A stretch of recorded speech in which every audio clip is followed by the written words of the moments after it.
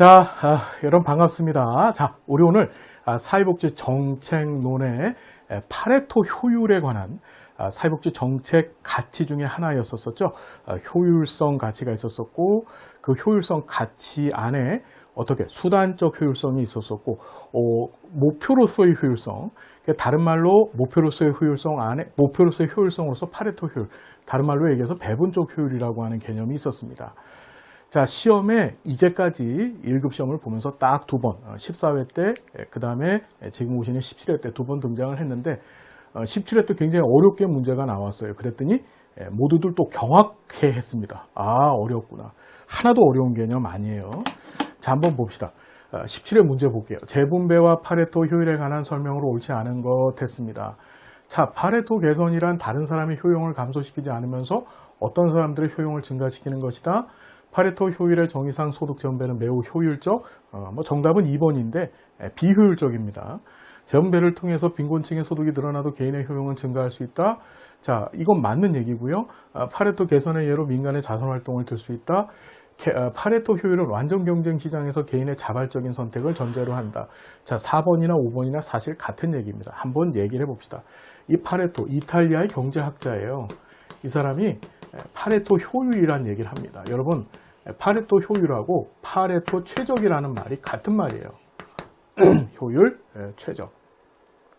자, 이 파레토 효율과 최적을 이해하기 위해서는 이제 기본적인 전제되는 개념이 필요한데, 이 세상에 자원은 유한하다는 거예요. 자원이 무궁무진한 게 아니라 사람들이 쓰고 싶어하는 욕구는 무궁무진하죠. 그렇죠.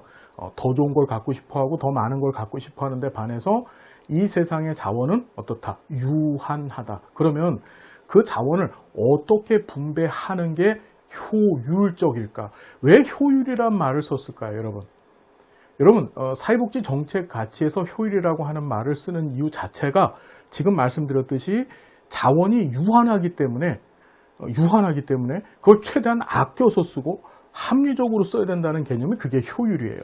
효율이란 말이 경제적인 개념이라는 거 우리가 공부하셨었죠.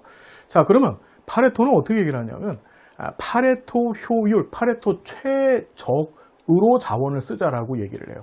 파레토 효율, 파레토 최적. 이때 이 효용이라는 용어가 등장을 합니다. 효용은 보통 이제 경제학 원론이라고 하죠. 뭐 개론이라고 하는 표현도 쓰는데 보통 원론이라고 얘기하고, 그 원론 시간에 다들 한 번도 들어보셨을 거야. 이제 문과 공부하셨던 분들은. 그래서 우리 한계 효용의 체감의 법칙, 그렇죠? 한계 효용, 체감의 법칙, 그 다음에 총 효용 증감의 법칙, 뭐 이런 얘기를 들어보셨을 거야. 자, 그 얘기를 지금 하자는 얘기는 아니고, 효용이라는 말은 아주 간단히 얘기해서 일종의 만족도라고 생각하면 돼요. 만족. 이 효용이라는 개념은 만족도입니다. 그런데 만족도라는 건 뭐지? 이건 개인적인 거야? 사회 구성원 전체적인 걸까? 일단 놓고 본다면 이건 순수하게 개인의 만족도를 얘기하는 거예요. 내가 어떤 자원이 있으면 그 자원을 획득하고 또 획득한 자원을 소비하는 데서 오는 만족감. 그렇죠. 만족감이에요. 만족감. 그것을 효용이라고 표현을 했습니다. 이해되죠? 그럼 파레토 효율, 파레토 최적이라는 얘기는 무슨 소리냐면, 이 세상 사람들한테 자원이 분배가 되어졌어요. 그리고 그 자원을 분배가 되어지면 그 자원을 소비하겠죠, 사람들은. 그죠? 근데 문제는 뭐냐면, 다른 사람의 효용을 감소시키지 아니하면서, 그러니까 다른 사람의 만족도를 감소시키지 아니해요. 만족도를 감소시키지 아니하면서, 그렇죠? 내 효용이 지켜져 있는 상태, 그 내 효용이 극대화되어져 있는 상태, 그것을 뭐라고 하는 거야? 그걸 파레토 최적지름이라고 얘기해요. 간단한 예를 들어보면 세상에 사람이 두 명 있다고 해봐. 이 1번이라고 하는 사람하고 2번이라고 하는 사람이 있어요. 그렇죠? 그런데 이 1번이라고 하는 사람은, 자, 얘네 사람들이 먹는 자원이 있어. 자원이 있는데, 자원을 그냥 초코파이라고 합시다. 이 사람이 갖고 있는 자원이 5개가 있어요. 5개가 있고, 그 다음에 이 사람은 자원을 2개밖에 안 갖고 있어. 그렇죠? 이 상태가 파레토 최적이야. 현 상태를 그냥 유지하겠다는 거예요. 파레토 최적이라는 것은 나는 5개 갖고 있어서 만족스럽거든요. 근데 나는 2개만 갖고 있어도 만족해요. 내 효용이 오케이야. 그러면 그것이 파레토 최적이라고 보는 거야. 무슨 얘기인지 이해되세요? 그냥 만족한 상태. 됐나요? 자, 문제는 뭐냐면 이 두 개 갖고 있는 사람 입장에서는 야, 나 두 개 갖고는 도저히 살 수가 없어. 나 다른 걸로 좀 먹고 살았으면 좋겠어. 그렇죠. 그러니까 두 개 말고 더 다른 자원이 있어서 그걸 통해서 본인의 효용을 업그레이드 시켜야 돼. 그때 뭘 하느냐 하면, 자, 1과 2라고 하는 이 나라를 구성하고 있는 사람들 외에 보통 국가가 그 짓을 하죠. 국가가 야, 너 두 개 갖고서 네 효용이 안 되는구나. 야, 너 하나 더 받아라. 이러고 국가가 줘요. 그럼 하나 받습니다. 그럼 3개 됐죠? 그래도 아직 효용, 만족도가 꽉 차질 않았어요. 그럼 하나 더 줄게. 봤더니 국가가 없어요. 나 갖고 있는 게 없다, 야. 어떡하지? 그럼 방법이 있어. 뭐라냐면, 야, 너 많이 갖고 있잖아. 얘 6개라고 합시다. 너 많이 갖고 있는데, 네 것 좀 띄어서 얘한테 좀 주면 안 되겠니? 그렇게 강제하는 거야.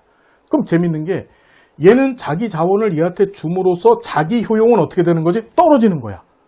무슨 말인지 이해되세요? 그러면 파레토 최적이 돼? 안 돼? 안 되는 거지. 무슨 말인지 이해가 되세요? 자, 파레토 개선이라고 하는 표현이 등장하는데 이건 뭐냐면 다른 사람의 효용을 감소시키지 아니하면서 여기 나왔죠? 다른 사람의 효용을 감소시키지 아니하면서 다른 누군가의 효용을 증가시켜주는 거야.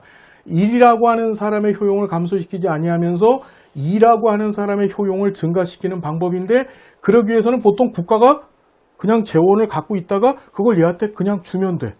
주면 되는데 더 이상 국가가 얘한테 줄 게 없어요. 그때는 어떻게 해야 돼? 얘 걸 뺏어서 줘야 되는 거야. 얘 걸. 네가 많이 갖고 있잖아. 그러니까 네 것 좀 얘한테 덜어서 주려. 이 순간에 뭐가 깨지는 거야? 파레토 최적이 딱 깨져버려요. 파레토 효율이. 무슨 얘기인지 이해가 되시지요? 그래서 자, 파레토 개선이라는 건 뭔지 알겠죠? 이 두 번째 사람의 효용을 증가시키기 위해서 얘한테 뺏는 게 아니고 얘의 효용을 줄이는 방법, 즉 얘의 자원을 뺏어서 얘한테 갖다 주는 게 아니고 제3자, 보통 국가가 그 일을 해요. 국가가 얘한테 주는 거야. 그냥 이렇게. 주는데도 불구하고 얘 효용이 다 채워지지 않았어. 그럼 결국 얘 걸 뺏어서 얘한테 줄 수밖에 없잖아. 그죠? 그때는 파레토 최적이 깨진다고. 파레토가 비판을 많이 받았어요. 왜 비판을 받느냐 하면 야, 이 효용이라고 하는 개념대로 네 얘기대로 한다고 한다면 사람들이 그냥 개인적 수준에서 자신에게 주어진 자원에 대해서 만족하고 가면 그게 파레토 최적 아니야. 맞는 얘기예요. 예. 더 원하지 말고 더 바라지도 말고 지금 현 상태 갖고 있는 것, 지금 현 상태 누리고 있는 것에 대해서 효용하고 있으면, 즉 만족하고 있으면 그걸로 어떻게 최적적인 세상이라고 보는 거야. 그죠, 여러분? 예. 자, 그런데 자 봅시다.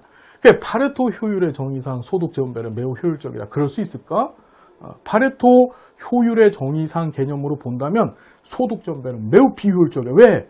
파레토 효율이라는 건 다시 얘기하지만 다른 사람의 효용을 감소시키지 아니하면서 다른 사람의 효용도 어떻게 유지, 보존되고 극대화시키는 거야. 그죠? 무슨 말인지 되세요? 그런데 제3자가 주지 않고 재분배라고 하는 것은 뭐예요? 얘 걸 국가가 강제력을 갖고 뺏어서 얘한테 준다는 거잖아. 그죠? 그러니까 파레토 효율적 측면에서 본다면 누군가의 효용을, 보통 부자죠. 부자의 효용을 줄여서 빈자의 효용을 업그레이드 시키는 이런 재분배는 매우 비효율적, 비최적적이라고 보는 거예요. 이해가 되시죠? 자, 재밌는 게 재분배를 통해서 빈곤층의 소득이 늘어나도 개인의 효용은 증가할 수 있다. 빈곤층의 소득이 늘어나도 개인의 효용은 증가할 수 있고요. 재밌는 게 자선활동으로 파레토 개선 얘기를 해요. 국가가 재산이 많아 갖고서 다른 국민한테 야, 네 것 좀 내놔라 이래 갖고서 주지 않고서도 할 수 있는데 뭐냐, 부자들.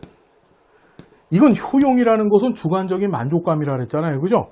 내가 다른 사람한테 이렇게 퍼주는 것 때문에 자선행위를 하는 게 부자의 효용을, 만족도를 감소시키지 않는다면 그걸 통해서도 뭐다? 파레토 개선이 이루어질 수 있다고 보는 거야. 국가가, 예를 들어 얘가 국가가 재분배 정책을 통해서 얘 걸 강제로 뺏어서 얘한테 주는 게 아니고, 그렇죠? 뺏어 주는 게 아니고 자발적으로 자기 거를 얘한테 주면 그건 효용이 감소되는 거 아니겠죠? 내가 기분 좋아서 준 거니까. 그래서 자선활동을 들 수 있다 얘기 든 거고, 5번이 같은 얘기인데 완전 경쟁 시장에서만 이 파레토 효율 개념이 이제 파레토가 가상을 할 때 완전 경쟁 시장, 이 완전 경쟁 시장 또 개념을 얘기하려면 경제학 얘기를 해야 돼요. 완전한 정보가 뭐 교환되어지고 뭐 어쩌고 얘기를 해야 되는데 그 얘기 필요 없이 완전 경쟁 시장에서 개인적인 자발적 선택, 그게 자선활동이죠. 그렇죠? 예. 그랬었을 경우에만 뭐 할 수 있다. 파레토 개선이 가능하다. 그래서 개인의 효용을 업그레이드 시키는 파레토 효율도 가능할 수 있다라고 본 거예요. 이해가 되시나요, 여러분? 이해가 되시죠? 자, 그래서 다시 한번 파레토 개선은 다른 사람 효용 감소시키지 아니하면서 다른 사람의 효용을 감소시키려면 어떤 일이 벌어져야 돼? 국가가 재분배 정책을 통해서 강제로 부자 걸 뺏어서 가난한 사람한테 주든지. 그렇죠? 무슨 말인지 이해가 되시죠? 그럼 효용이 감소되는 거야. 그렇게 하지 않고 자발적으로 하게 되면 부자가 자발적으로 난 불쌍하다 쟤네들, 그러니까 나 쟤 도와주고 싶어, 자선행위를 하면 이건 효용이 감소되는 게 아니라 사실 거기서 오는 효용, 만족도는 더 높아질 수 있어요. 부자 입장에서 보면. 그죠? 그래서 어떤 사람의 효용을 증가시키는 것이고, 그렇죠? 그 증가되어져서 모든 사람들의 효용이 꽉 차 있는 상태를 파레토 최적 지점이라고 얘기하더라. 파레토 개선에 의해서 파레토 최적 지점이 만들어지는 거죠. 여러분 정리가 되셨죠? 자, 시험 문제가 하나 더 나왔는데요. 이거 하나 볼게요. 14회 때 나왔던 문제인데요. 지문만 하나 따갖고 왔어요.